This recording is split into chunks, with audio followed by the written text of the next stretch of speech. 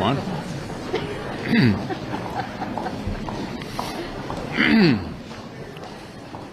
Well, we're a little bit surprised you're even here today because we know all the news is being made on the other side as they wrestle with how they're going to put together this reckless tax and spending bill. It's important to note that the American people are mostly fixated on inflation.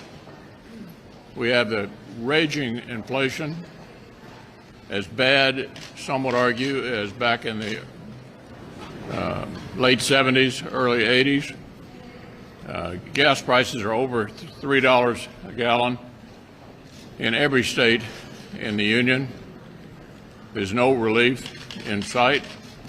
It's a direct result of flooding the country with money. The American Rescue Plan, as Larry Summers predicted, produced raging inflation. And it's been interesting to watch the back and forth between Larry Summers and Janet Yellen over the cause of inflation. Larry Summers strikes me as the one truth-telling Democrat left in Washington.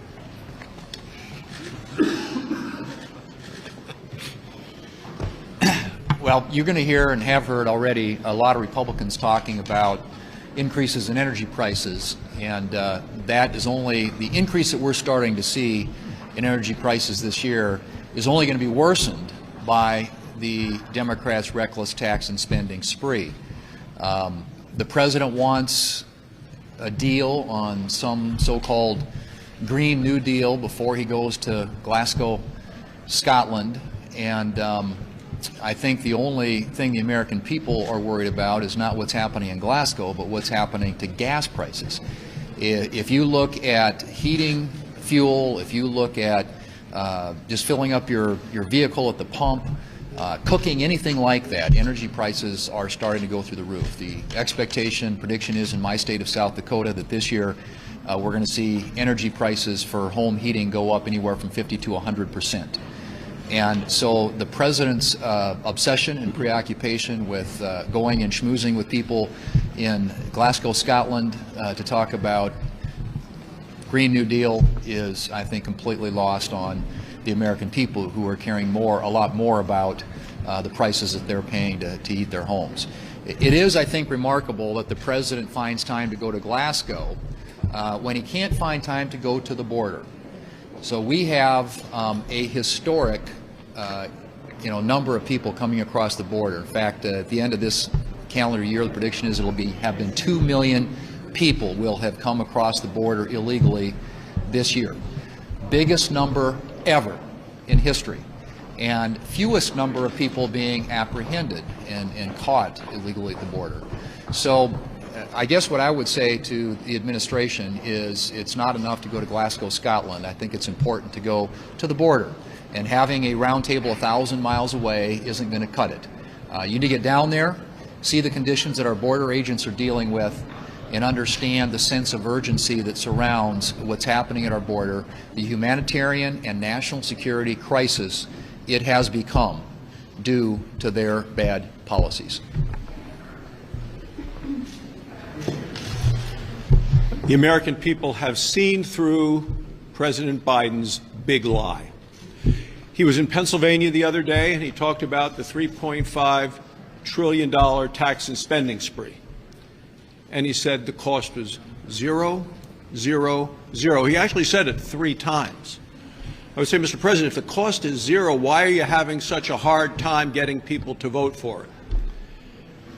And a national poll has now shown that 64% of voters believe the president is actually not being truthful with them. It's conservatives, it's liberals, it's folks in the middle. Across the board, the people do not believe the president of the United States because they know the costs are real. The costs are real in terms of higher taxes, which will hit everyone in America. Texas, you're going to see more debt, which is going to undermine Social Security and Medicare. And of course, we're going to see higher prices, which people are getting hit with inflation, whether you buy gas or groceries, whether you want to heat your home or just pay for your housing. prices have gone up across the board significantly. So one of the things the President also said is, well, let's not talk about the numbers.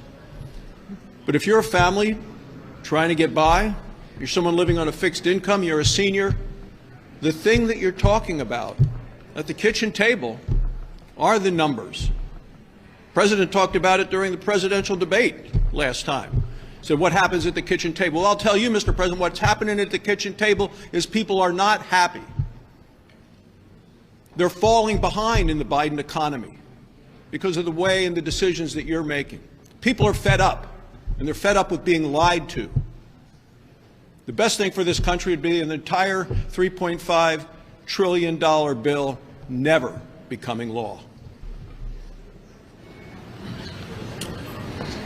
Well, one of the ways that Democrats want to pay for this spending bill is to put more money at the IRS to collect more money from American families. You know, there's always been a effort to find out where there might be wrongdoing, sort of a dragnet through the banking process to find out if there's a transaction of $10,000 or more. This time, the Democrats started out saying, well, we really think we ought to know about every transaction that was $600 or more. There was a pretty big pushback on that.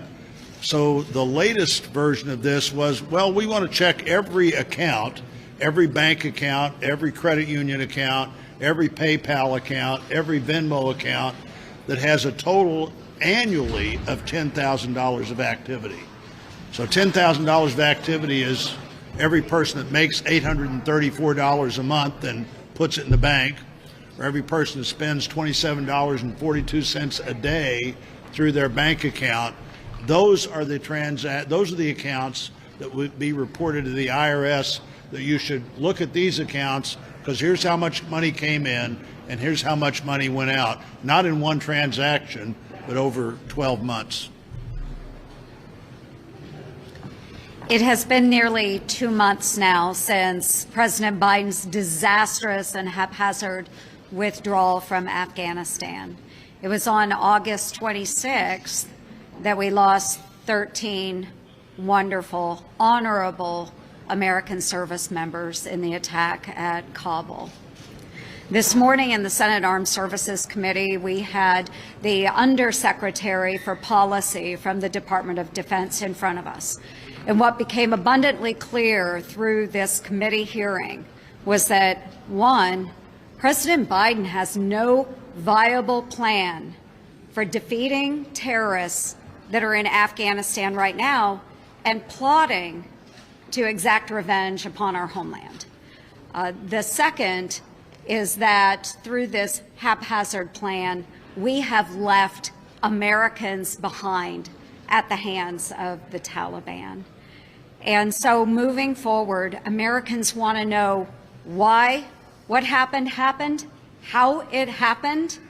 And even though the Biden administration wants to close the book on this horrible chapter, Americans are demanding answers. And Republicans are seeking answers. We want to know why this happened, how it happened, and how we are going to protect our homeland in the future. So President Biden, again, this is all on your shoulders, and we are going to get to the bottom of this. In Florida, what people are talking about is the unbelievable inflation, whether it's going to the grocery store, going to the gas station, or looking at their air conditioning costs, not heating costs, but air conditioning costs down there. Everything's up. They also see this unbelievable supply chain problem. They also watch that we're going to get close to 2 million people at least to come across the border illegally this year.